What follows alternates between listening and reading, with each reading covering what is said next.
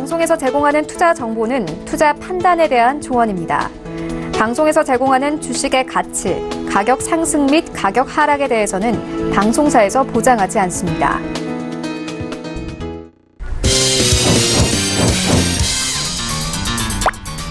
네, 오늘 주요 헤드라인 소식입니다. 이주열 한국은행 총재가 11월 금리 인상 가능성을 시사했습니다. 오늘 국정감사에서 이 총재는 여러 가지 리스크 요인을 다 지켜보고 경기와 물가 흐름에 영향을 주지 않고 실물 경기가 크게 흐트러지지 않으면 다음 달 금리 인상 여부를 전향적으로 검토하겠다고 밝혔습니다. 국내에서는 처음으로 수소 전기버스가 시범 운행을 시작했습니다.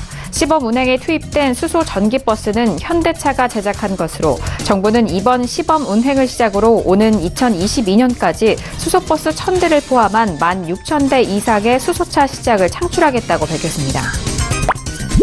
한화 에어로스페이스가 주식회사 한화의 항공사업을 인수하고 한화 지상방산과 한화 디펜스를 합치는 조직 개편을 단행했습니다. 한화그룹은 이번 조직 개편으로 글로벌 방산 시장에서의 경쟁력을 확보하고 그룹 내 사업 구조의 효율성을 극대화하겠다고 밝혔습니다.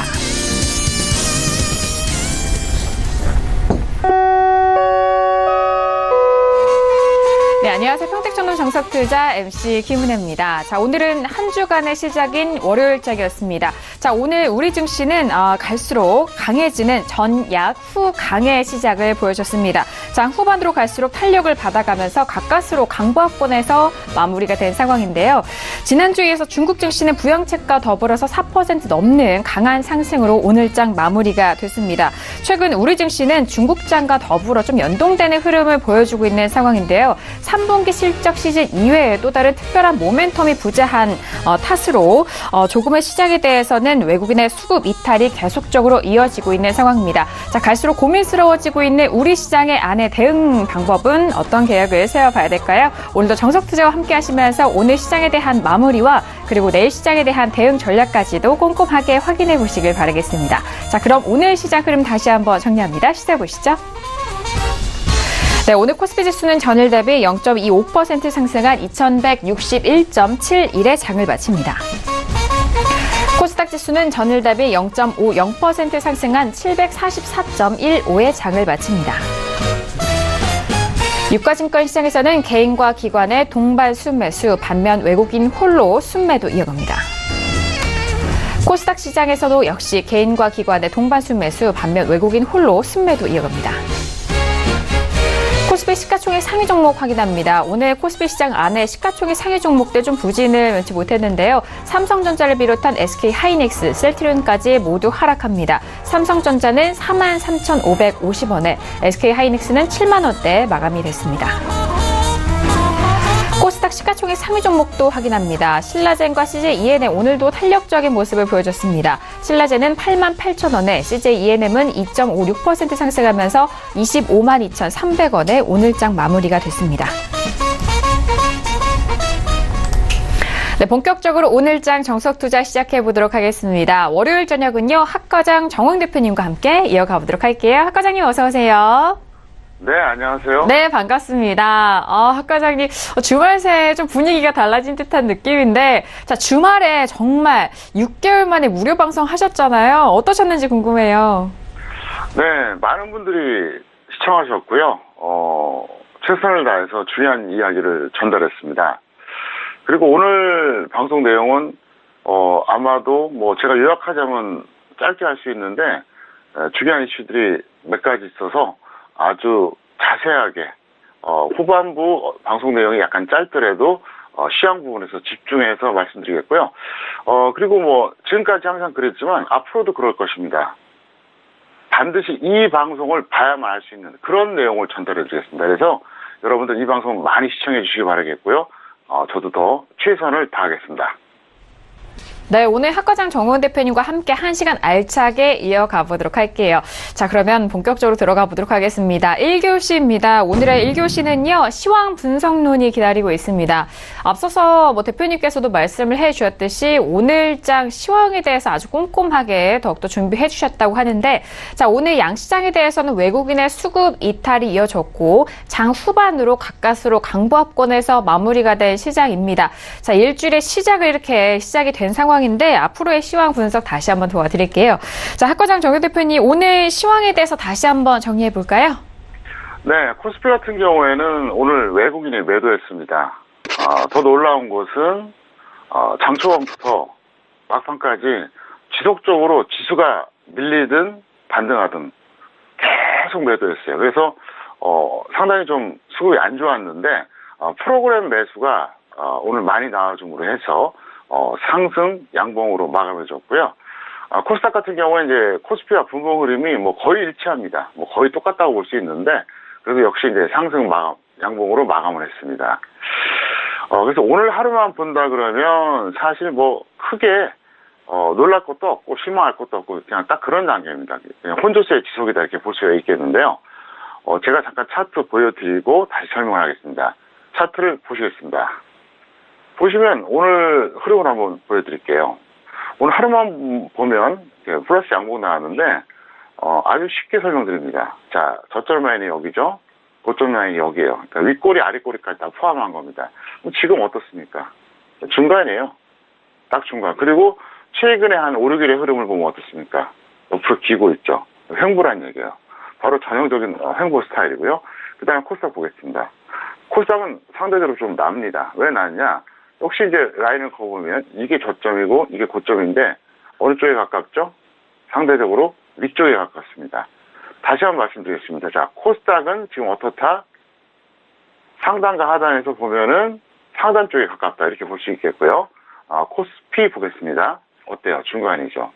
그래서 오늘 제가 이제 마지막 그 코너에 내일 시장의 어떤 대응 전략, 전망 이거 좀 핵심적인 걸 전달해 드리겠는데 제가 이제 그 최근에 나왔던 오늘 일요일에 나왔던 각종 그 뉴스를 좀 말씀드리겠는데요. 뉴스를 이제 그 사실관계를 말씀드린 게 아니라 해석을 해드릴게요. 왜냐? 주식시장과 연관이 되기 때문에 그렇습니다. 먼저 북한 관련 뉴스입니다. 역시 이제 미국에서 이제 트럼프가 이야기했던 것을 토대로 이제 말씀드리는데요. 자, 토요일하고 일요일에 뉴스 보셨던 분들 아실 겁니다. 트럼프가 뭐라 그랬죠? 북한 문제는 서두르지 않겠다 이렇게 얘기했어요. 제가 지난 8월부터 한 서너 번 정도 얘기했던 거 기억하십니까? 시청자 여러분. 제가 분명히 그랬죠. 김정은이 갑자기 자세를 전향적으로 바꿔서 정말로 비핵화와 뭐 미사일 이런 걸 다 없애고 정말 석고대죄하면서 진정으로 아주 그런 우리들이 바라는 그런 자세로 나오면 트럼프가 어떻게 한다고요? 이러면 안 되는데 아직은 이러면 안 되는데 이렇게 나올 거라고 그랬죠. 지금 그게 증명이 되잖아요. 2달 전부터 제가 얘기했어요. 트럼프는요 절대로 조급하지 않고 이거 빨리 해결할 생각이 없어요. 드디어 트럼프 입에서 그렇게 나왔잖아요. 서두르지 않겠다. 제가 그 얘기 했잖아요. 2달 전부터 몇 번씩이나. 오히려 북한이 만약에 협조한다 그러면 트럼프가 당황할 거라 했잖아요. 그리고 그 앞서서 또 나왔던 얘기가 뭐죠? 우리의 승인 없이는 한국이 북한을 도울 수 없다 이렇게 얘기했어요.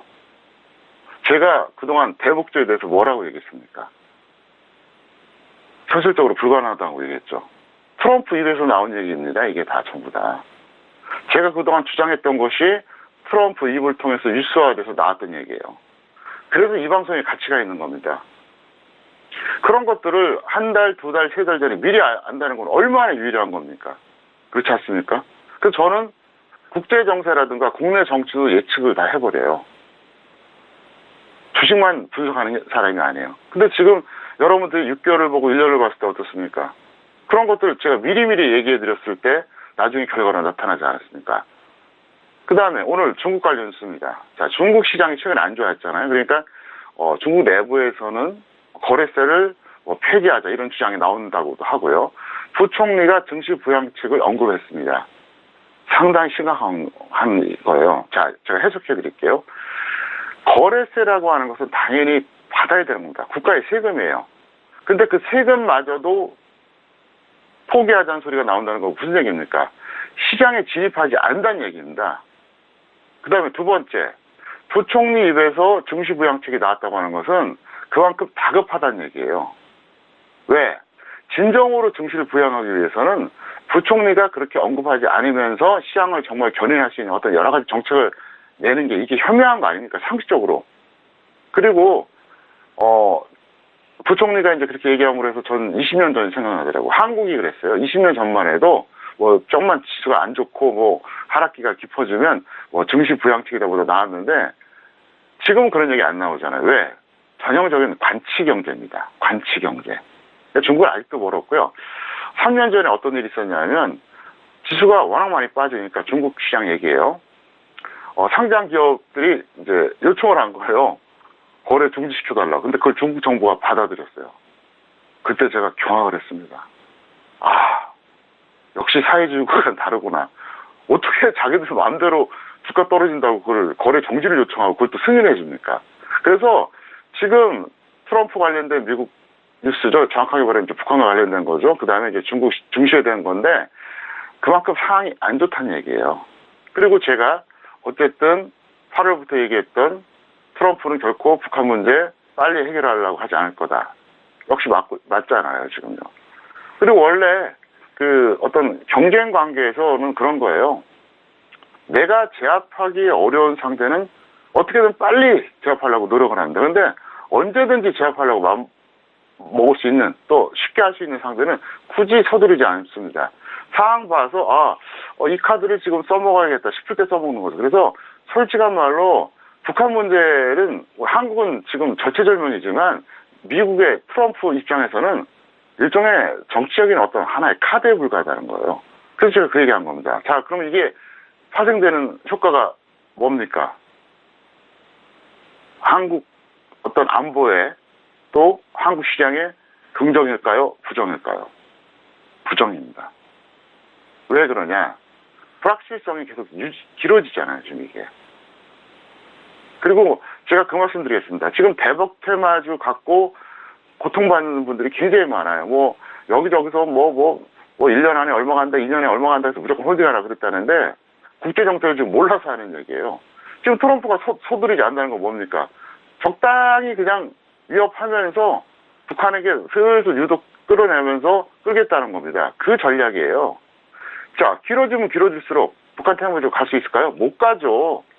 북한 테마주가 가기 위한 전제 조건이 있습니다. 바로 종전 선언해야 됩니다. 종전. 전쟁이 끝났다. 지금은 정전 상태입니다.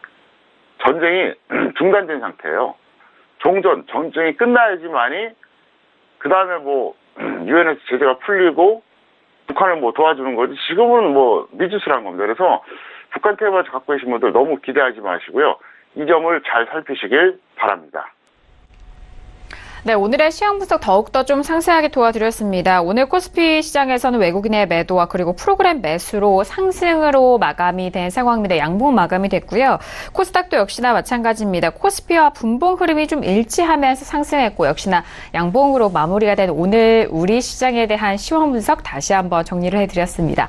자, 그렇다면 오늘 시장 안에서 또 관심 있게 주요로 보셨던 종목들도 궁금해하실 것 같은데 두 가지 종목을 좀 만나볼게요.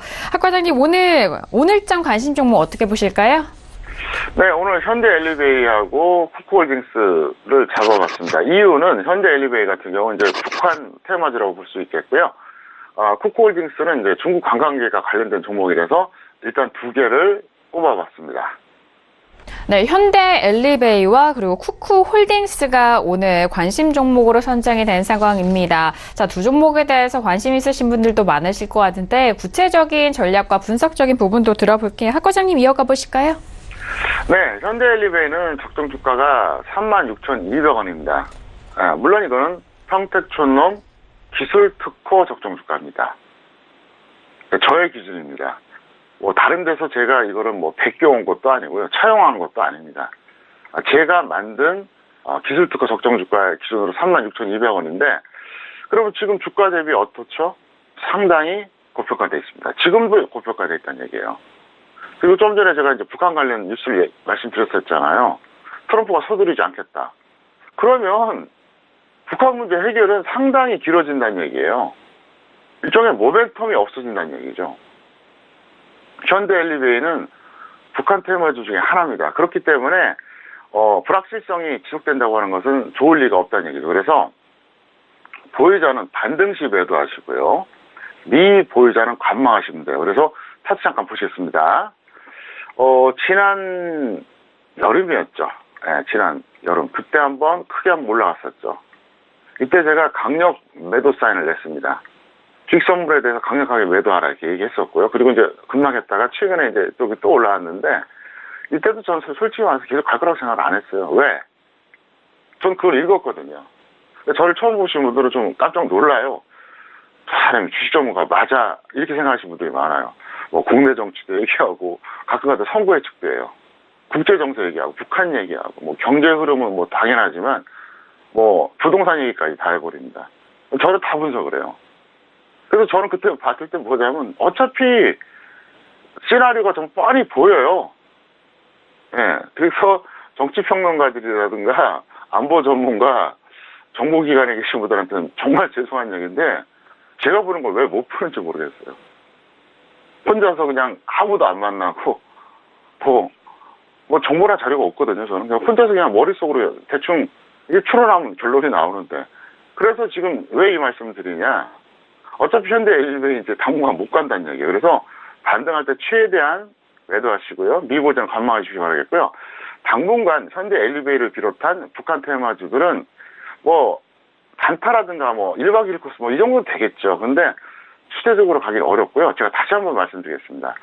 북한 문제가 완전히 해결이 돼야지 진짜로 상승하는 거예요. 지금은 시간이 길어지고 또 최근에 이제 그런 뉴스 나왔잖아요. 여름만 해도 어떻습니까? 뭐 9월에 2차 북미 정상회담 한다 그런 뉴스가 나왔었잖아요. 근데 제가 뭐라 그랬죠? 어려울걸요? 그랬잖아요. 지금 나오는 내용이 뭡니까? 내년 1월에 가능성이 있다 그러잖아요. 왜 그럴까요? 트럼프 입장에서는 기능할 때 정치 카드로 써먹으려는 것 뿐이 없어요. 왜? 극단적으로 트럼프가 맘만 먹으면요. 일주일이면 북한을 완전히 초토화시켜요. 군사적으로. 그걸 몰라서 안 할까요? 무고한 사람들 죽을 수 있기 때문에 굳이 그 단계까지는 안 가는 거예요. 갑도 그 단계가 아니라 슈퍼갑이에요. 북한 정도 되는 나라는 진짜 맘만 먹으면 언제든지 해결하는데 아실 게 없죠. 급할 게 없다는 거예요. 그래서 일단 북한 테마주 영향을 받을 것이 설명되겠고요. 쿠코홀딩스는 최근에 이제 중국 관광객 뭐 이것 때문에 이제 올라갔는데 보유자는 매도하시고 미보전은 관망해줬습니다. 차트 역시 보시겠습니다. 보시면 여기 딱 올라와요. 올라오는데 제가 보기에는 이미 이거는 추세는 완전히 끝난 종목이에요. 완전히 끝났어요. 왜냐 121선을 약간 하락하는 건 이해를 해요. 여기까지 떨어졌다고 하는 것은 이미 이건 끝났다는 시그널이에요. 질적으로 봤을 때. 근데 지금 뉴스발로 올라간 거거든요. 근데 이거 오래 가기 어렵다는 거죠. 무슨 얘기냐? 이 중국 관광객과 관련해서 뭐 오늘 뭐 화장품주도 그렇고 약간씩 움직였잖아요. 근데 그나마 탄력이 있었던 것들은 더 갈 수가 있어요. 근데 이렇게 완전히 무너지는 것은 반등의 한계가 있다는 얘기예요. 그래서 저는 매도 사인 내고 싶고요. 그 다음에 이제 그 중국과 관련돼서 제가 작년부터 했던 얘기 있잖아요. 일본과 중국은 공통점이 있다. 그 공통점은 뭐냐? 억지를 부린다. 그럼 차이점은 뭘까요? 일본은 일관성 있게 억지를 부려요. 근데 중국은 일관성이 없어요. 왜 그럴까? 인문학적으로, 역사학적으로 해석해보면 일본은 사실상 외침을 받아서 국가 체제가 전복이 된 적이 없어요. 그 내부에서 뭐 왕이 또 있고 막부시대가 있고 해서 이제 그렇지 실제로 거의 단일 민족에 가까운 나라잖아요. 중국은 아시죠? 알려진 거면 민족이 50개가 넘어요. 왕조가 얼마나 많이 교체됐습니까? 뭐 명나라, 청나라만 해도 그나마 내부지만 원나라는 뭐죠? 몽골에 침입해서 국가가 전복된 거잖아요. 그래서 민족성이라든가 어떤 역사적인 또 인문학적 관점으로 봤을 때 이 기질이 달라요. 그래서 일본은 어떻습니까? 초질간이잖아요. 항상 독도는 일본 땅이라고 그러잖아요. 그리고 이제 우리나라가 이제 제시한 문제들 초질간 어떻습니까? 부인하잖아요. 근데 중국은 어때요? 어떤 때는 좀 가까워지는 듯 하다가 어떤 때는 어느 날 갑자기 확 뒤집어 버리고. 그래서 이 중국인 관광객과 관련된 거를 믿지 말라는 거예요. 중국의 어떤 이들의 어떤 개념이 컨셉이 좀 달라요. 그래서 일단은 중국 관련주들 여러분들 관심이 많으신데 그냥 항상 단기로만 보시고요. 제가 분석했을 때는 중국은 절대로 한국에 우호적으로 모든 면에서 나오지 않을 겁니다. 현재 북한 문제 때문에 그렇다고 생각하시는 분들 있죠? 아니에요. 북한 문제가 아니래도 한국은 경쟁 국가고 극복해야 될 대상 국가이지 계속 이렇게 내버려 두질 않을 겁니다. 지금은 어떻게 보면 한국을 좀 흔들어 놓은 카드로 지금 관광객들이 이용하는 거예요. 그래서 제 판단은 그렇습니다. 어쨌든 중국 여행객들 관련된 종목들 너무 기대하지 말고 단기로 대응하자 이렇게 설명을 드립니다. 네, 오늘의 두 가지 관심 종목이었습니다. 첫 번째 관심 종목은 현대엘리베이였습니다. 일단 현대엘리베이는 보유자는요, 반등 시 매도에 대한 부분이고요. 미보유자는 현재 구간에서 관망에 대한 의견 드렸습니다. 또 중국 관련 소비주죠. 쿠코홀딩스 같은 경우에는 보유자는 매도에 대한 의견과 그리고 미보유자 역시 관망에 대한 의견까지 다시 한번 분석을 도와드렸으니까요. 꼼꼼하게 확인해 보시길 바라겠습니다. 자, 오늘의 1교시였습니다. 시황 분석론을 통해서 두 가지 이슈 정리해봤습니다. 네, 2교시로 바로 넘어가 보도록 하겠습니다. 오늘의 2교시는요, 투자학 개론이 준비가 되어 있습니다. 많은 분들 정말 월요일 2교시 많이들 좀 기다리시는 것 같은데 항상 이 시간을 통해서 여러분들에게 투자 팁과 교육을 함께 전달을 해주고 계십니다. 자, 오늘은 어떤 교육을 또 준비하셨는지 궁금한데요. 학과장 정훈 대표님, 오늘 2교시 시작해볼까요? 네, 확인 매매와 예측 매매입니다. 제가 방송을 통해서 자주 언급을 하죠. 오늘은 확실하게 개념 설명을 하겠습니다. 정말 답답한 것이 주식 투자 시작해서 5년, 10년, 20년이 지나도 이것도 몰라요. 좀 심하게 얘기하면 주식 전문가라고 하는 사람들도 모르더라고요. 이거를.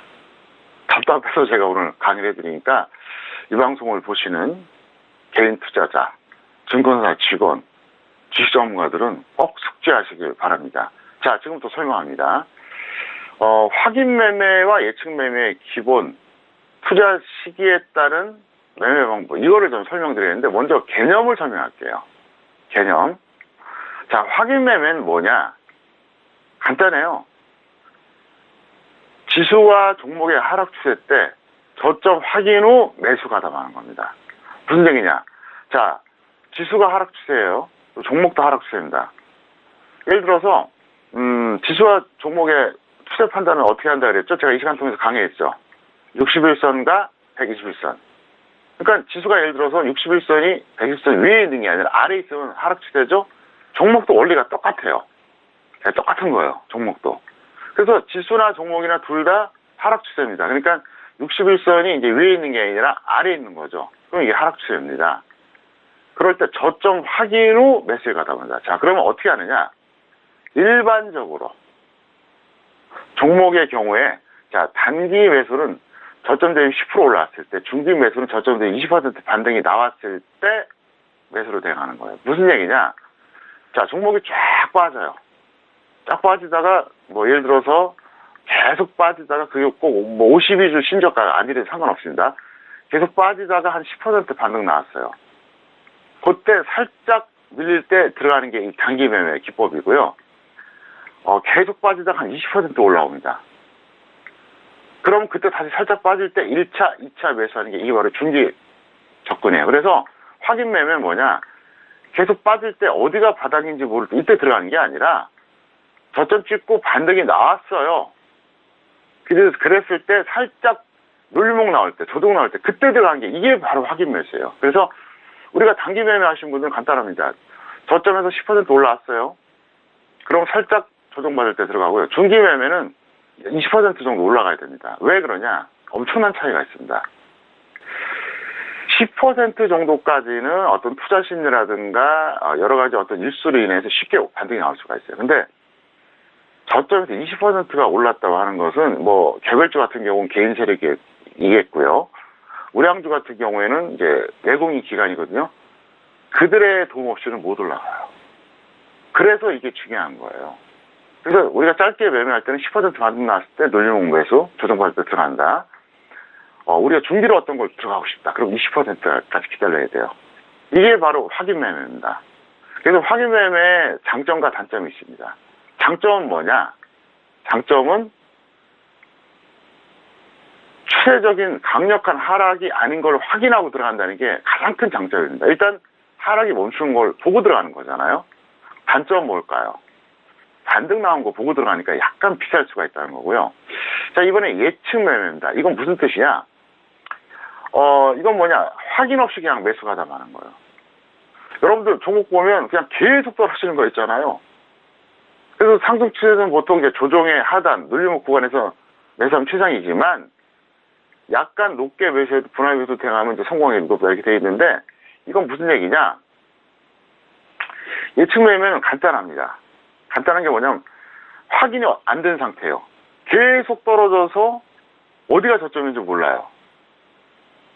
오늘이 저점일지 하루 이틀 더 떨어질지 일주일 더 떨어질지 아무도 몰라요.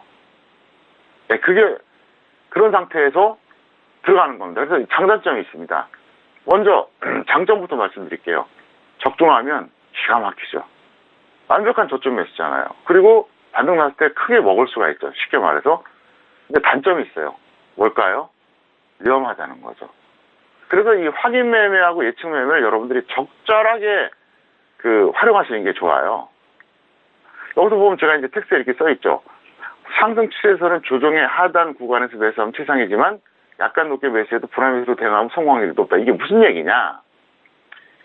일반적으로 보면 지수가 상승 추세일 때는 예측 매매가 좋은 거예요. 하락 추세일 때는 확인 매매가 좋은 거예요. 일반적으로 봤을 때. 그게 정석 투자예요. 그 제가 찾아낸 알고리즘입니다. 왜 그러냐? 자, 상승 추세일 때는 어땠죠? 약간 높게 매수해도 어때요? 보름이고 한 달이고 두 달이고 지나면 그 가격보다 높으니까 확률이 높잖아요. 지수가 계속 올라가고 종목도 올라가는 추세니까. 그래서 예를 들어서 단기적으로 이렇게 조정받을 때 그냥 적당히 들어가도 운 좋으면 그날이 이제 저점 되는 거고 운 없어도 좀 더 빠졌다 결국은 가요. 근데 이게 하락 추세일 때는 어떨까요? 한마디로 박살이 납니다. 가끔 그런 분들 있잖아요. 분명히 한 6개월 최저점에서 들어갔어요. 나름대로 잘 들어간 거요? 하염없이 떨어져요. 손들도 못하고. 그래서 하락 추세일 때는 예측 매매는 사실은 하지 않는 게 원칙인데 경우에 따라서 할 수도 있겠죠. 저는 솔직히 말해서 하락 추세일 때도 예측 매매 시킵니다. 왜? 프로니까, 전문가니까. 그걸 해줘야지. 전문가지 그걸 못하면 일반인이잖아요. 반대로 확인 매매는 어떠냐? 지수가 계속 떨어지고 종목이 계속 떨어질 때 반등 나온 거 보고 살짝 눌리면 그때 들어가는 게 가장 정석적인 합리적인 플레이예요. 원래는. 그렇게 안 하면은 안 됩니다. 그래서 일단 여러분들은 어떻게 하시느냐? 이것만 오늘 기억해 두세요. 확인 매매는 하락일 때 써먹는다. 예측 매매는 상승할 때 써먹는다. 다만 상황 논리에 따라서 예측 매매도 하락 추세 할 수 있고 확인 매매도 상승 추세 할 수 있겠죠. 그런데 일단 정석은 그렇다. 그래서 이걸 알아두시는 게 좋은데 사람들이 개념이 없어요. 그냥 아무 때나 들어가요. 그래서 추세에 따른 이런 어떤 판단 기준 여러분들이 잘 숙지하시기 바라겠고요. 앞으로 또 이 시간을 통해서 제가 이제 좋은 강의 전달해 드리겠습니다. 그리고 또 화요일은 종목 히스토리잖아요. 그래서 지금 벌써부터 고민하고 있어요. 내일은 또 얼마나 좋은 걸 해줘야 되나, 뭘 해줄까. 그래서 내일 또 제가 좋은 내용을 전달해 드리겠습니다. 네, 오늘 2교시 투자학개론을 통해서는 투자 시기에 따른 매매 방법에 대해서 다시 한번 정리를 해드렸습니다. 일단 예측 매매와 그리고 확인 매매에 대한 부분 상담을 통해서 또는 종목 설명에 있어서도 많이들 또 거론을 해주시는데 일단 상승 추세일 땐 예측 매매에 대한 부분과 하락 추세일 땐 확인 매매가 조금 더 유효하다라는 그런 말씀들 다시 한번 정리를 도와드렸습니다. 자, 이어서 선생님 질문 있어요 시간으로 넘어가 보도록 하죠. 오늘도 다양한 질문들 접수해 주셨는데요. 첫 번째 질문부터 만나보도록 하겠습니다. 자, 오늘의 첫 번째 질문은 끝자리 8219님이 보내신 질문이고요. LG 디스플레이를 매수가 24,000원에 비중 30% 질문 주셨습니다. 자, 오늘 LG 디스플레이는 1.68% 상승하면서 18,200원에 마감이 됐는데요. 자, 일단 매수가 비교해서 현재 종가의 손실이 꽤 큰 상황입니다. 하 과장님, 오늘 첫 번째 질문 먼저 학점 확인해 볼까요? 네, F학점이고요. 전형적인 주식 투자 초보 행태입니다. 이분 같은 경우에는 좀 개념이 없는 거죠. 네, 손절 20% 또는 마이너스 30% 정도 하시고요. 단타로만 재미있어 하시기 바라겠고요. 자, 그러면 차트를 보여드리면 더 이해가 될 겁니다. 보시기 바랍니다. 이분이 여기서 매수하신 거예요. 자, 제가 좀 전에 강의했죠. 확인 매매와 예측 매매. 자, 이건 뭐죠? 예측 매매죠. 왜? 당시로서는 신저가 갱신하는 데 들어가는 거예요. 근데 들어갈 수도 있어요. 들어가지 말래 먹으면 없습니다. 아무리 추세가 하락이라도. 문제는 뭐냐? 여기까지 떨어져도 홀딩. 본전까지는 아니래도 손실이 축소됐어도 홀딩. 지금도 홀딩이에요. 이건 아니라는 거죠. 그러니까 제가 얘기하고 싶은 게 뭐냐? 정석대로 한다 그러면 여기서 예측 매매하는 건 아닙니다. 아니에요. 제가 얘기했잖아요. 조금 전에. 예측 매매는 상승 추세에서 하고 확인 매매는 하락 추세에서 한다. 정석은 아니지만 할 수는 있습니다. 과감하게 들어갈 수 있습니다. 근데 이분은 손절 안 했다는 거예요. 손절 안 하고 계속 쥐고 있다가 또 어렵게 반등 나와서 빠져나올 기회가 있었는데 못 빠져나왔어요. 왜 그럴까요? 바로 개인의 3대 집착 때문에 그렇습니다. 매수가 집착, 주식 비중 100% 집착, 특정 종목 집착. 가장 많이 하는 게 바로 매수가 집착이에요. 본전 아니면 못 팔겠다 이겁니다. 그래서 지금까지 끌려오잖아요. 그러면 매수하지 않은 것보다 아무것도 하지 않은 것보다 나을 게 없어요. 왜 합니까? 항상 얘기하잖아요. 주식주라는 궁극적인 이유가 뭐죠? 인간답게 살려고 그런 거예요. 인간답게. 주식 투자라고 하는 수단을 통해서 돈을 벌고 좀 더 인간답게 살려고 하는 거예요. 이건 저의 철학입니다. 물론 돈만 있다고 다 인간답게 살진 않겠지만 근데 지금 2018년 올해 장세 어떻습니까? 어떻습니까? 너무 고통받는 사람들 많잖아요. 그나마 서울경제TV 정확하게 말하면 평택촌의 정석투자를 꾸준히 시청하셨던 분들은 많이 생존했습니다. 오히려 하락 때 하방에 패팅해서 돈 버신 분들도 많거든요. 그래서 제가 이제 답답한 게 뭐냐면 이 기초가 없으면은 인간다운 투자를 못해요. 그래서 이 방송 통해서 잘 배우시기 바라겠고요. 어쨌든 앞으로도 최소 6개월에서 1년 정도는 제가 방송을 계속 해드릴 테니까 여러분들이 많이 참여하시고요. 제가 다시 한번 말씀드리겠습니다. 아직까지 하락할 길이는 확실하게 남아있으니까 끝까지 잘 따라오시길 바랍니다. 네, 첫 번째 질문이었습니다. LG 디스플레이 좀 아쉽게도 F학점이 확인이 된 상황이고요. 자, 손절은 마이너스 20% 또는 마이너스 30% 먼저 오는 가격대 매도 후에 이후 단타 재매수 노려보시길 바라겠습니다. 지금 손실 좀 꽤 되시니까요. 이 손절 라인 잘 확인해 보시길 바라겠고요. 자, 여기서 다음 질문도 확인해 보도록 하겠습니다. 끝자리 8000님의 질문이고요. 웹제널 매수가 2만 원의 비중 60% 질문을 주셨습니다. 자, 웹젠 같은 경우에 지금 비중을 좀 꽤 실으셨는데요. 오늘 웹젠이 17,050원입니다. 자, 먼저 학점 알아보도록 할게요. 학 과장님 어떻게 보실까요? 네, C학점입니다. 왜 그러냐면 매수는 비교적 합리적이었어요. 문제는 손절을 안 했다는 거죠. 그래서 마이너스 10 또는 마이너스 20에서 매도에 단타 재매수 하시겠는데요. 자, 구체적으로 말씀드리겠습니다. 이 종목의 추세가 뭐죠? 하락 추세죠? 맞죠? 파란색 61선이 빨간색 121선이 이탈했습니다. 하락 추세요. 자, 하락 추세일 때 뭐라 그랬죠? 5일선 21선 탈 때 들어가라 그랬죠. 연두색 5일선이 검은색 21선 탈 때. 그러니까 매수 자체가 잘못된 건 아니에요. 정석 플레이를 한 거예요. 다만 손절 안 했다는 거죠. 일단 손절할 때는 해야 되는데 10%가 넘었는데도 홀딩했다는 얘기예요. 제가 항상 얘기하잖아요. 왜 제가 손절가 마이너스 10% 두느냐? 마이너스 10이 넘어가면 소리 안 나가요. 현실적으로. 제가 너무나 잘 알고 있어요. 그리고 또 주식 전문가들이 잘못 가르치는 바람에 개인들이 잘못 배우는 경우가 많아요. 한국 주식은 3년만 홀딩이면 본전 온다. 안 오면 어쩔 건데요. 그 다음에 본전 올 때까지 홀딩하자. 굉장히 무책임한 말이에요. 내 돈 아니니까 하는 얘기죠. 그 질문한 사람 얼마나 속이 끓겠어요.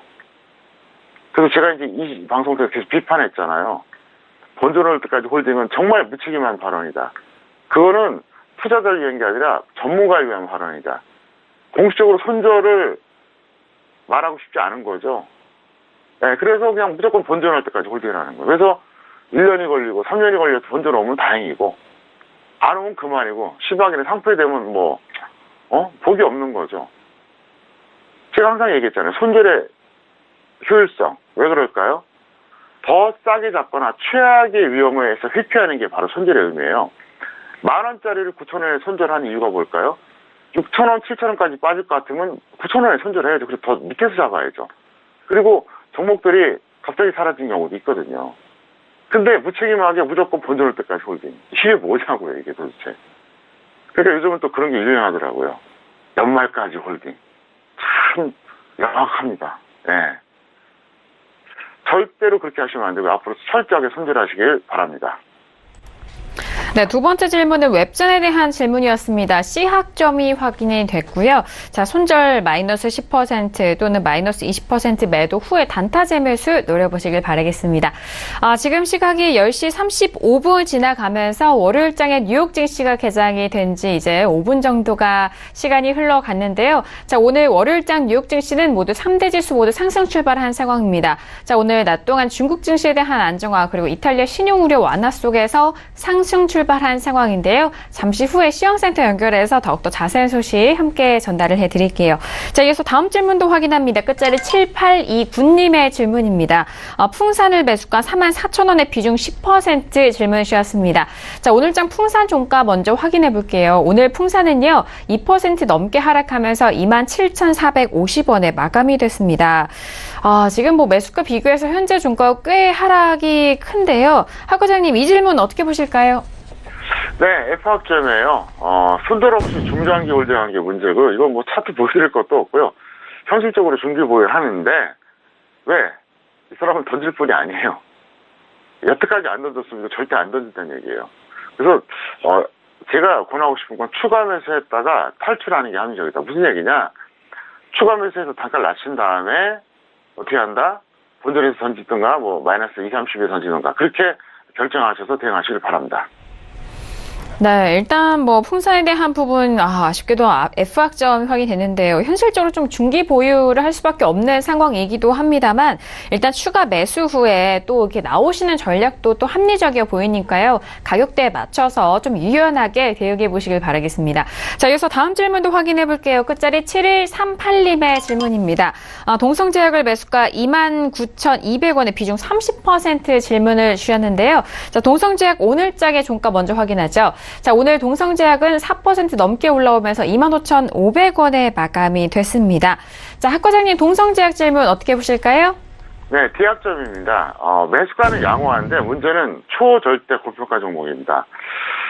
이 종목이 적정주가 2,700원짜리입니다. 여러분들이 서울경제TV 샘플러스 방문하셔서 평택촌놈 기술특허 적정주가 확인해 보시기 바랍니다. 검색하면 바로 나와요.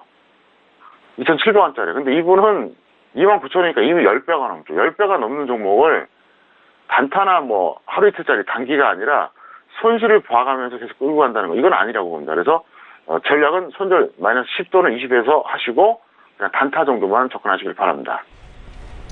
네, 동성제약에 대한 부분은 D학점 확인이 됐고요. 손절 마이너스 10% 또는 마이너스 20% 매도 후에 단타제 매수 의견 확인해 보시길 바라겠습니다. 자, 이어서 다음 질문도 확인할게요. 끝자리 7390님의 질문이고요. ST큐브를 매수가 19,200원에 비중은 50% 질문을 주셨습니다.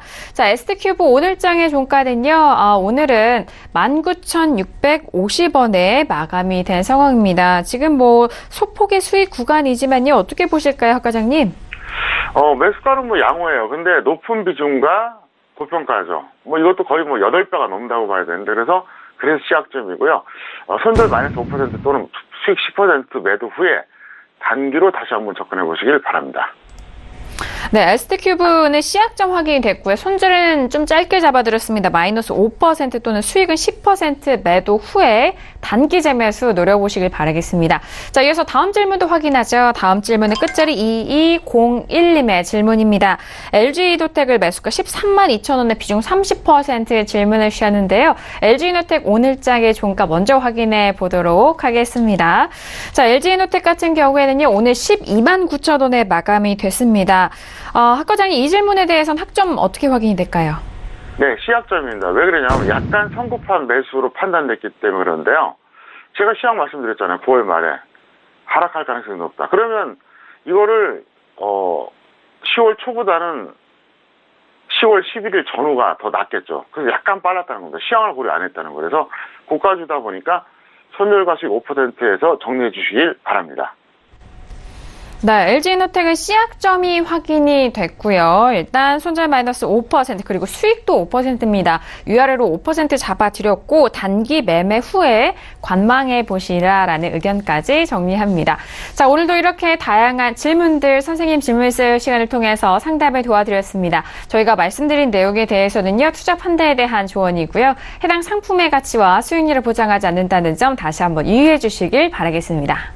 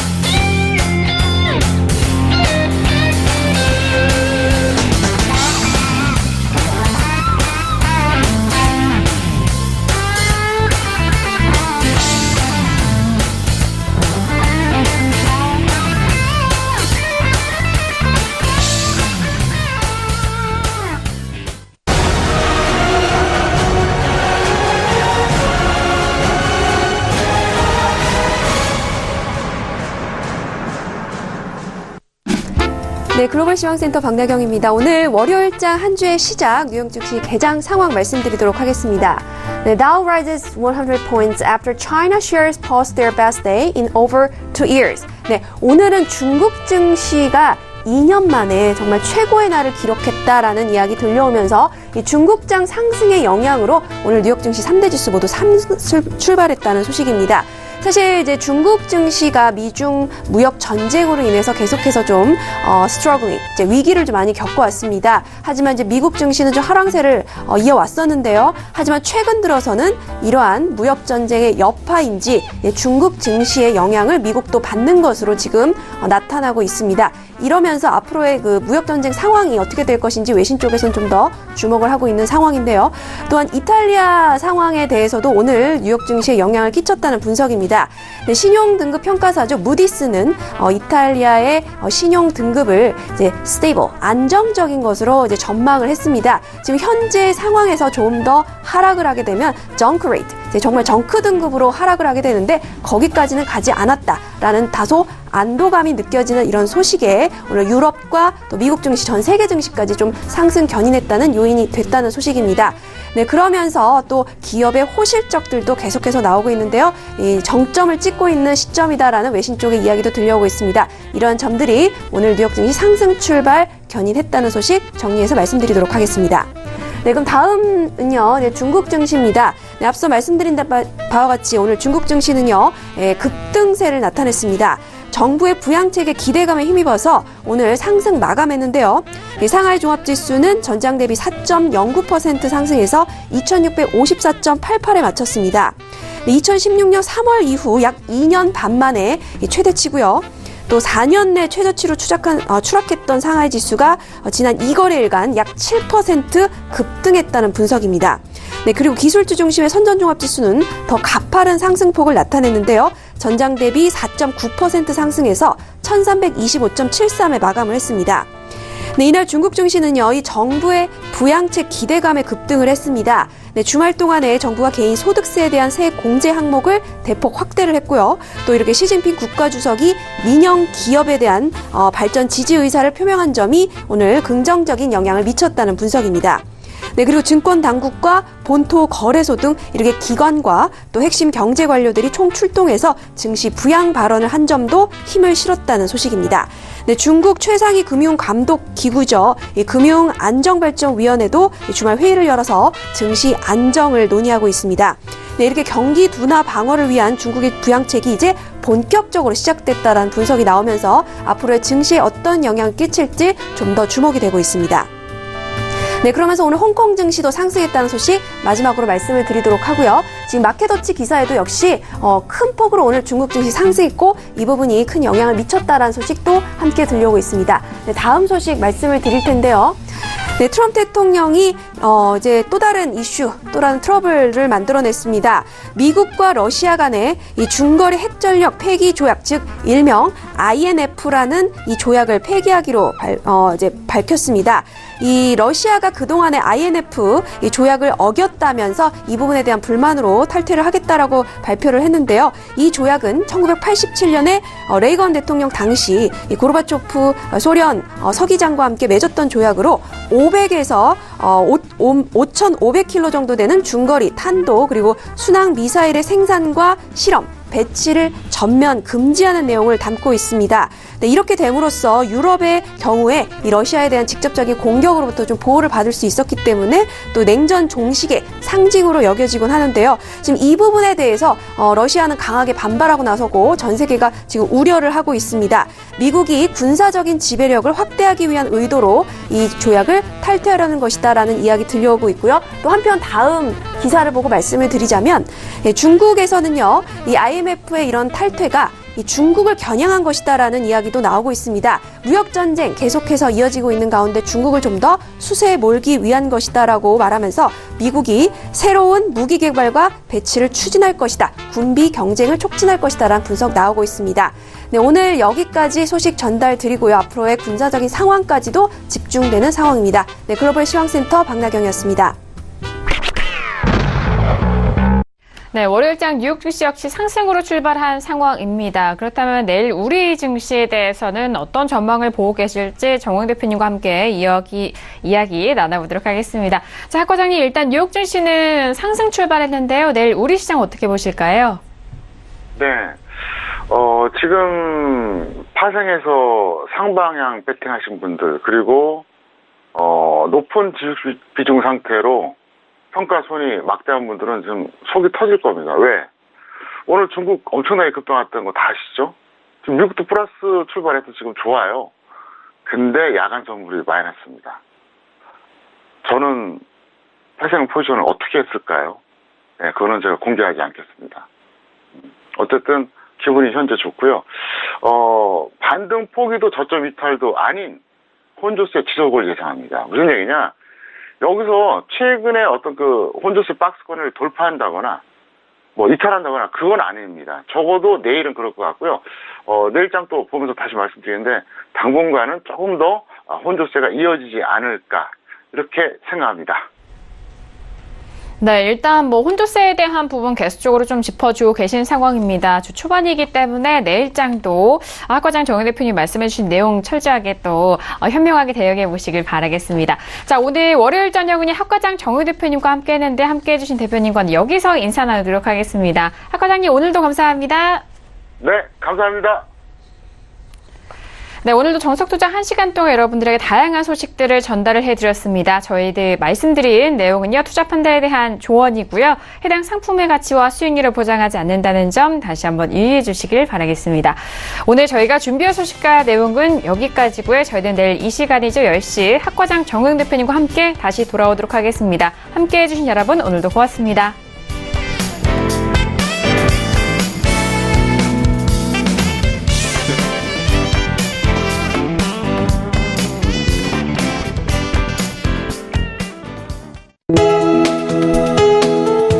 방송에서 제공하는 투자 정보는 투자 판단에 대한 조언입니다.